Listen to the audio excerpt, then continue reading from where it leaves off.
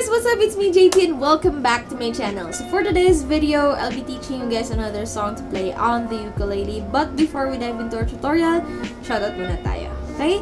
So shoutout kay Kea Eugenio, kay Juliana Ferrer, Daph Gloria, Cassie Datok, Aishi May, Javier, Maika De Ramos, Cherilu Madonza, Gian Cedric Belen, Wiljean Cabras, Abigail Clarice, Macy Del Pilar, and lastly, shout out kay Terence Geronimo. Ayan, maraming salamat po sa inyong lahat. And if you want to be mentioned on my next video, so just drop your names on the comment section below. So without further much ado, grab your ukulele because today I'm gonna teach you how to play Ikaw at Ako by Moira and Jason. So noong nakarang araw, in-upload ko yung strumming version of Ikaw at Ako. And a lot of you guys were also asking me to make a plucking version. And I also stated that on my previous video na gagawan ko talaga ng dalawang tutorial itong kanta na to. So, one strumming and also one easy plucking. And also, before I forgot, ang daming nagtatanong kung anong ukulele yung ginamit ko. And this is the new Xiaomi Populele 2. Actually, umiilaw ito guys. Ayan. Ang dami niyang LED lights dito sa fretboard. And you can also use this ukulele using your smartphones. So, may Bluetooth. Ang ingay ng motor. Anong oras na ba? May dumadaan pa sa daan. So, this ukulele has a Bluetooth function. So, you can connect this one to your smartphones or to your iPhones. And then download the Populele app. And then you can play some interactive games. And you can tune your ukulele there. It's an all-in-one app sa Populele. And you can purchase this ukulele sa banggood.com. I will leave the link on the description box below if you're interested to buy this ukulele. And also, ilalagay ko din yung 15% discount code dito sa screen and also on the description box below. Sabi nila, balang araw, darating ang iyong tanging hinihiling. So, para sa mga hindi pa marunong magbasa ng tabs, each of the strings, this ukulele strings, has a letter. So, this one, this is the G string or the fourth string, and this is the string also that is facing your face. So, 4, 3, 2, 1. 1, 2, 3, 4. Ayan. So, 4 is equivalent to G, the C string is 3, E string is 2, and 1 is the A string. GCEA. Diba ganun naman yung tuning natin? And then, makikita nyo dyan sa tabs, papakita ko naman dyan sa mga illustrations. Diba, in each of the string, may mga number kayo makikita dyan.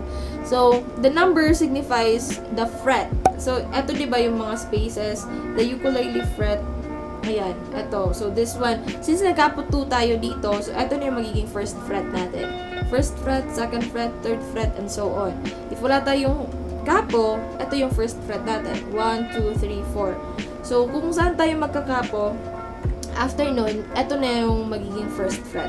So, ilalagay ko dito sa third fret, yung kapo, eto na yung magiging first fret natin. So, ganun lang yun.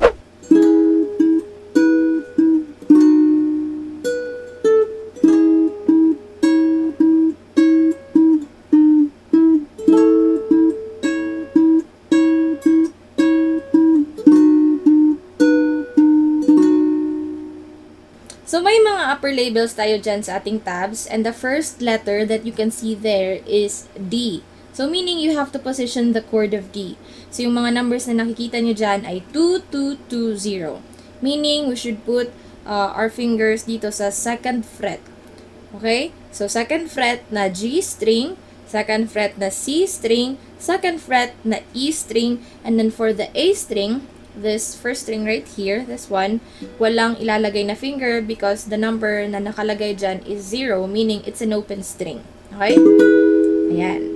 If ever na 2, 2, 2, lahat ng mga strings na to, so 2 dito, 2, 2, 2, and then this chord is already a B minor 7. Okay? But since yung nakalagay dyan is 0, meaning it's an open string, and this is the D chord. Okay?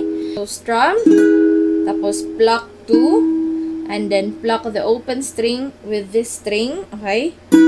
And then pluck this one again. And then after that one, strum A. Okay, from the top, 1, 2, 3, go.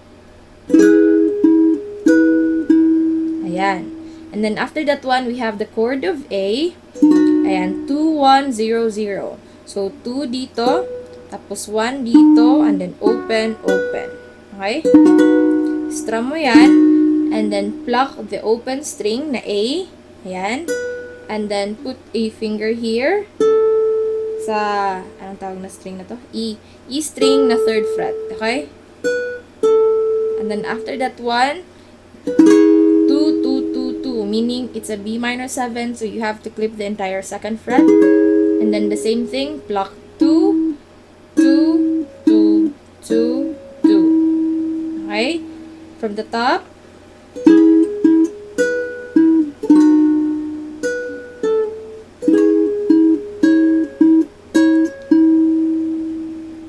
And then after that one, we have 1 and 2 dito sa C string. Okay? This is the C string. And then after that one, strum G. And then 2, 2, 2, 2, 2, 2, 2. And then after that one, strum A. Tapos, the same thing. Pero since andito naman yung ano natin, dito sa C string, nakaklip tayo dito sa 1st fret. Okay? So, yung numbers dyan is 1, 1 and 2, 1, and then strum A. Okay, from the top. 1, 2, 3, go.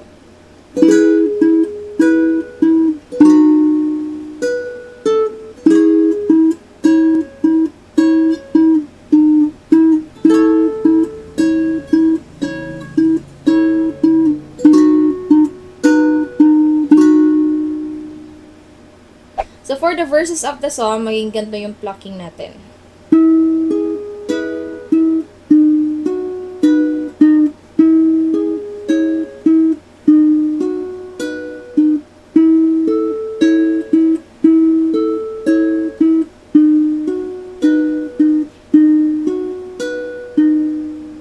Ayan. So, paulit-ulit lang yung mga strings na pinapluck natin. So, starting from the chord of D, eto lang yung 3 strings lang talaga ating ginagalaw. Para sa ating tabs dito sa verses, hindi natin to ginagalaw na string or the G string or the 4th string. So, yung mangyayari, ganito lang talaga siya. Pluck, pluck, pluck, itong dalawang to, and then pluck ito ulit, and then transfer chord. Okay? So, ganito lang yung mechanism ng ating verses na plucking. Transfer, and then B-7, A, G, G, A, A. Now, for the refrain, maging ganito yung plucking natin.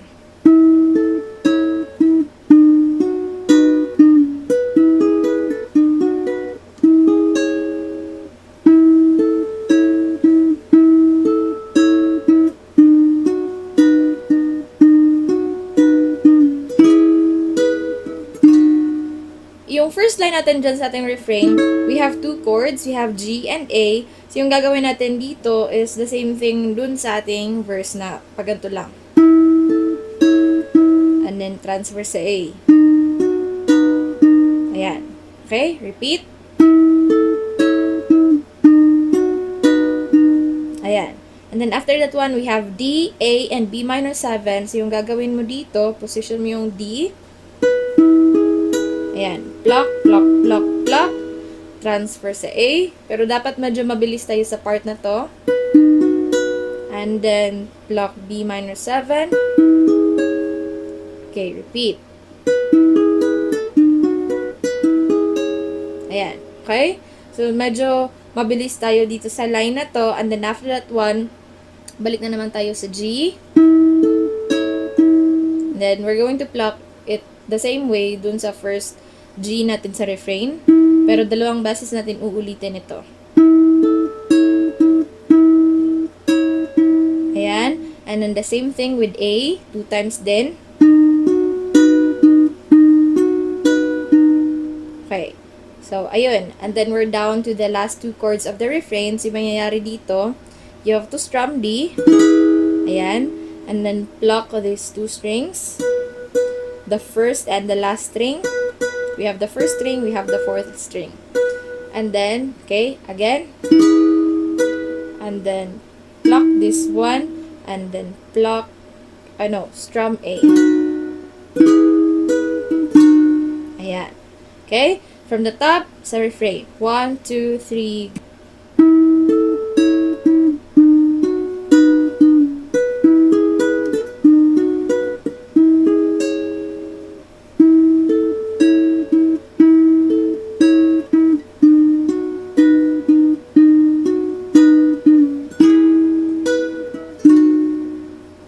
So for the chorus, yung gagawin natin dito is more likely the same with what we did to the verse 1 and verse 2. So may ganito yung chorus natin.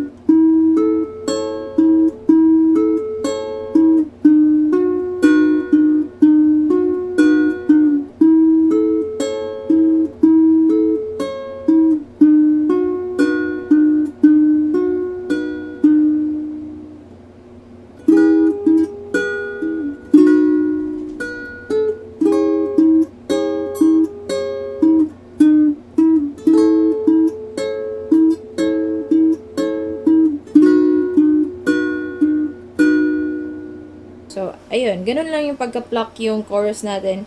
And then, after that one, we have ikaw at ako. And then, connected na siya sa interlude. And, interlude should be played the same sa ating intro. So, intro, interlude, and the ad-lib. Ganun pa rin yung pagkatugtog natin na.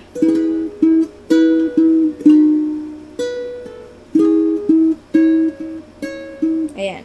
Okay? So, again, interlude, intro, and ad-lib. Parehas lang yung tabs natin. And, ayun.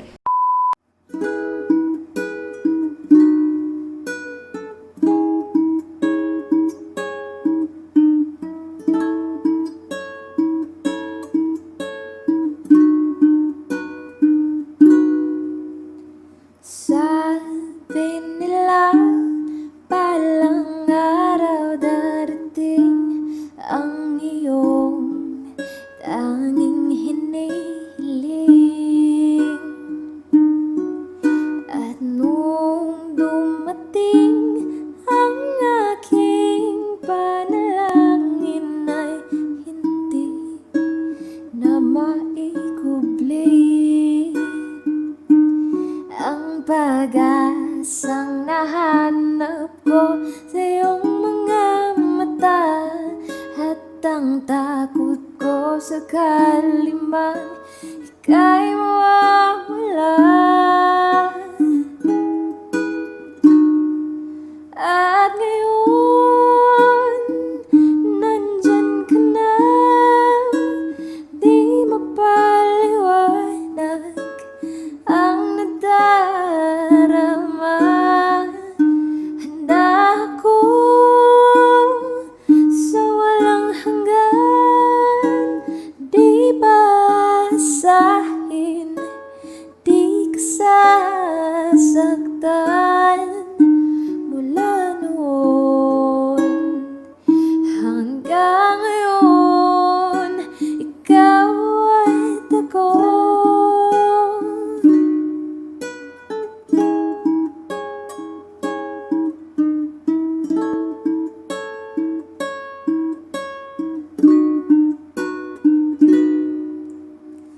At sa wakas ay nahanap ko na rin ang aking tanging hinihiling.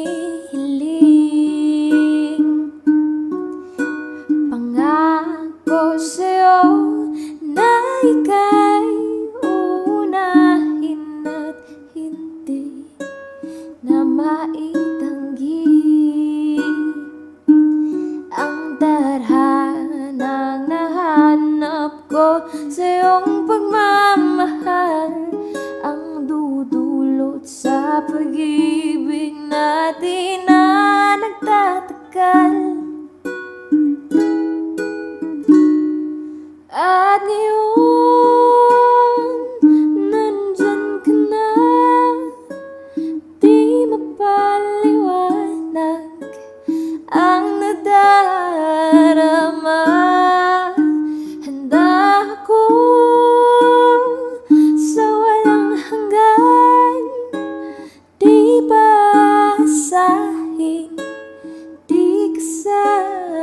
nasaktan mula noon hanggang ngayon.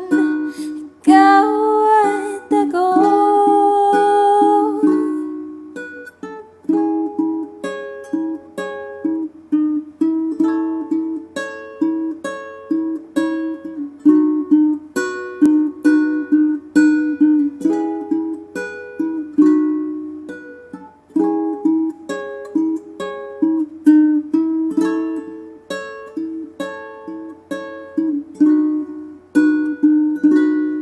At ngayon, nandito na, palaging hahawakan ang iyong mga kamay. Di ka na mag-isa sa hirap at ginhawa. Ibigin ka mula noon hanggang ngayon. Mula noon hanggang dulo, ikaw ay takot. Hey guys, so thanks for watching, and if you like this video, please give it a big thumbs up. And if you're interested to watch my latest ukulele cover or tutorials, you may click the video right here. And if you're interested to watch my latest vlogs, you may click the video right there. And I'll see you guys on my next video, and make sure to subscribe.